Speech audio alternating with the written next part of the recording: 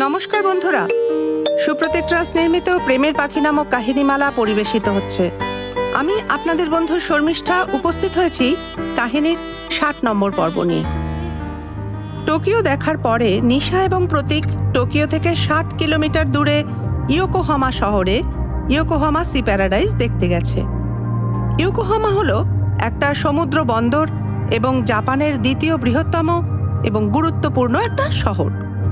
Yokohama C paradise হলো সমুদ্রের পাড়ে এক বিনোদন পার্ক যা সারাদিন খোলা থাকে।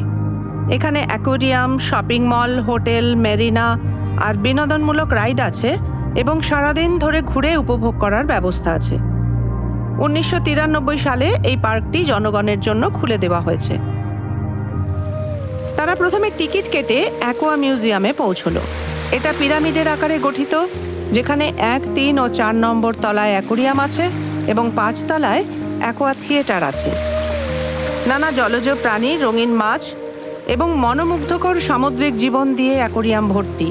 প্রায় ৭০০ প্রজাতি সহ এই অ্যাকোয়া মিউজিয়াম জাপানের বৃহত্তম অ্যাকোয়ারিয়ামগুলোর মধ্যে একটি।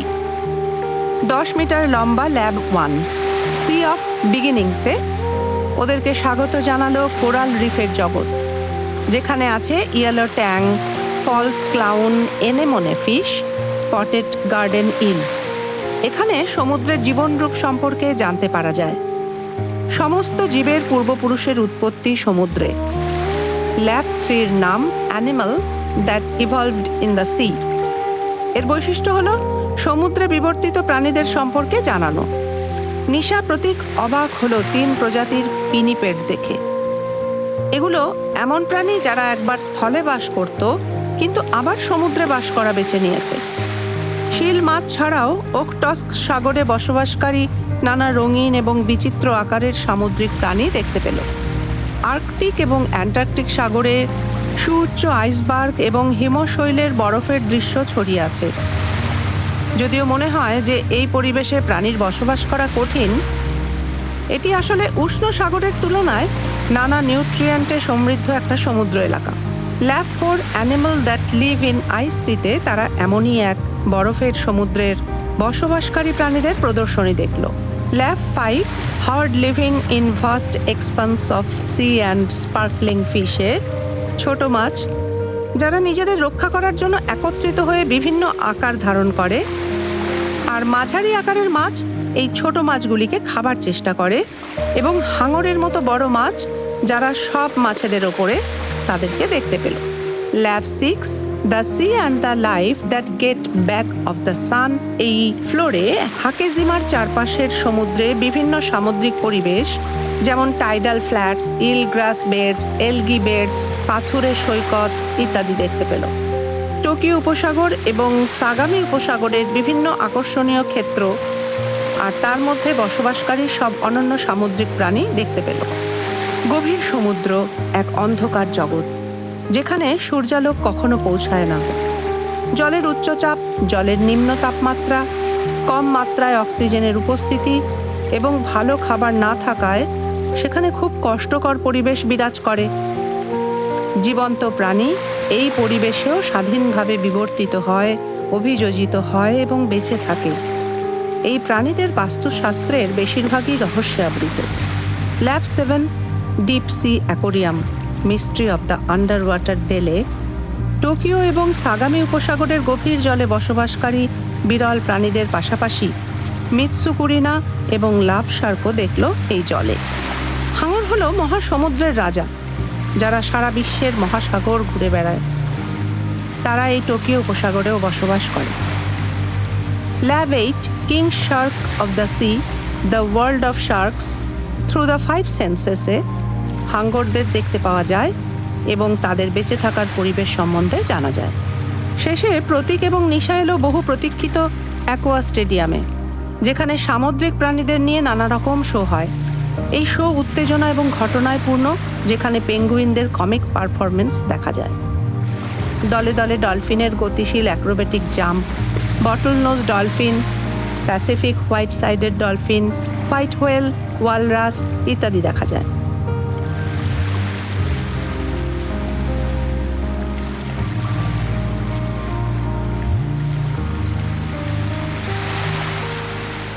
প্রতিকনিশা দুজনে মুগ্ধ হয়ে দেখলো কিভাবে এই বুদ্ধিমান ডলফিনরা তাদের অ্যাক্রোব্যাটিক্সের মাধ্যমে দর্শকের সব আকর্ষণ আদায় করে নিচ্ছে। ডলফিনরা কেবল অভিনয় শিল্পী নয়, তাদের অ্যাক্রোব্যাটিক্স একটি ওয়াটার ব্যালের মতো সুন্দর, যা দেখে সবাই মুগ্ধ হয়। এরপর ওরা গেল ডলফিন ফ্যান্টাসি নামক একটি পৃথক বিল্ডিংয়ে। এখানে একটি টানেলের চারপাশে একটি বড় খিলান আকৃতির পুল রয়েছে।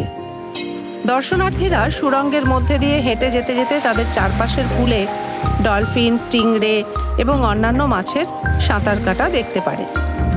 ফুরাই লেগুন হলো আরেকটি অ্যাকোরিয়াম কমপ্লেক্স, যেখানে দর্শনার্থীরা কিছু সামুদ্রিক প্রাণীর সাথে প্রত্যক্ষ যোগাযোগ করতে পারে এবং তাদের স্পর্শ করতে পারে।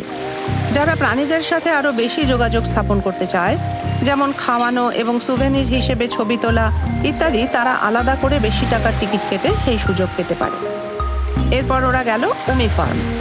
এখানে মাছ এবং সিউইড দেখা ও জানার ও ধরার পাশাপাশি এগুলো দিয়ে তৈরি করা খাবার পরিবেশনের ব্যবস্থা আছে।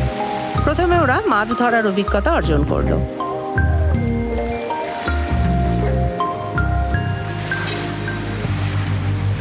তারপর উমি কিচেনে গিয়ে সেই মাছ দিল গ্রিল করার জন্য। ডিপ ফ্রাইড হর্স ম্যাকারেল, যা জাপানি ভাষায় আজি ফ্রাই বলা হয়, তা একটি ঐতিহ্যবাহী জাপানি বাড়িতে রান্না করা খাবার। ব্রেড ক্রাম্ব মাখিয়ে সোনালি রঙে ডিপ ফ্রাই করা হয়। গরম গরম এই মুচমুচে মাছ ভাজায় কামড় বসানোর চেয়ে ভালো আর কিছুই নয়। তার সাথে অর্ডার দিল কানাগাওয়া প্রিফেকচার দ্বারা তৈরি সাইট্রাস ফল সোনান গোল্ড থেকে তৈরি একটি আসল সস এবং মাছ ভাজা, আর সাথে বার্গার আর ভাত। বিকেলের আলোয় ওরা গেল সার্ফ রোলার কোস্টার লেভিয়াথানে। এটি হলো একটি স্টিলের রোলার কোস্টার রাইড। এটি সমুদ্রের উপর 85 মিটার প্রসারিত। কিংবদন্তি আছে যে লেভিয়াথান নামক সমুদ্র দানব একটা বিশাল ঘূর্ণি নিয়ে সমুদ্রে আবির্ভূত হয়। এই রাইডটি এই গল্পের উপর ভিত্তি করেই বানানো হয়েছে। ব্লেড নামক যান হলো দানব লেভিয়াথানের বিরুদ্ধে যুদ্ধ করতে সক্ষম একটি অস্ত্রের কল্পনা, যাতে চড়ার অর্থ হলো সেই দানবের সাথে যুদ্ধ করার জন্য সশস্ত্র হয়ে এগিয়ে যাওয়া। ব্লেড যানের হঠাৎ করে অবরোহণ, আবার বাঁক নিয়ে যেন সেই দানবের আক্রমণ থেকে নিজেকে রক্ষার চেষ্টা, আবার আরেক পর্যায়ে হঠাৎ লেভিয়াথান একটা শক্তিশালী পাল্টা আক্রমণ করে। এভাবেই পুরো রোলার কোস্টার রাইড শেষ হয়। ইয়োকোহামা সি প্যারাডাইস শুধু সমুদ্রের প্রাণীদের জন্য নয়, এটি একটি চিত্ত বিনোদন পার্ক, যা আপনার হৃদয়ের আনন্দ দেবে। এখানকার রোলার কোস্টারগুলি অ্যাড্রেনালিন প্যাকড অ্যাডভেঞ্চারের মতো মোচড় এবং মোড়, যা দর্শকদের আকৃষ্ট করে রাখে। এরপর তারা সি প্যারাডাইস টাওয়ারে চড়েছিল। এটি একটি সুউচ্চ কাঠামো, যেখান থেকে ইয়োকোহামা এবং তার বাইরের প্যানোরামিক ভিউ দেখা যায়। এখান থেকে শহরের দৃশ্য, ঝলমলে জল, এগুলো দেখা বিস্ময়কর। টাওয়ারে চড়ে ইয়োকোহামা শহরের 360 ডিগ্রি প্যানোরামিক ভিউ দেখা যায় এবং পরিষ্কার আলোকোজ্জ্বল দিনে ফুজি মাউন্টেনও দেখা যায়। সময়ের অভাবে ওরা এখানে আরও দুটো আকর্ষণীয় দ্রষ্টব্য, জায়ান্ট 3D মেজ বা ভুলভুলাইয়া, যার নাম দেক্কাই, এবং আরেকটা হলো প্যারাডাইস ক্রুজ, যেটা ওরা দেখতে পারল না। সময় নিয়ে ভ্রমণ তালিকায় আপনারা এই দুই জায়গাও রাখতে পারেন। ইয়োকোহামা সি প্যারাডাইস একটি অবিস্মরণীয় সামুদ্রিক অভিজ্ঞতা। বন্ধুরা, আমাদের পর্ব এখানেই শেষ। প্রেমিক দম্পতির আরও উত্তেজনাপূর্ণ গল্পের জন্য আমাদের সাথেই থাকুন।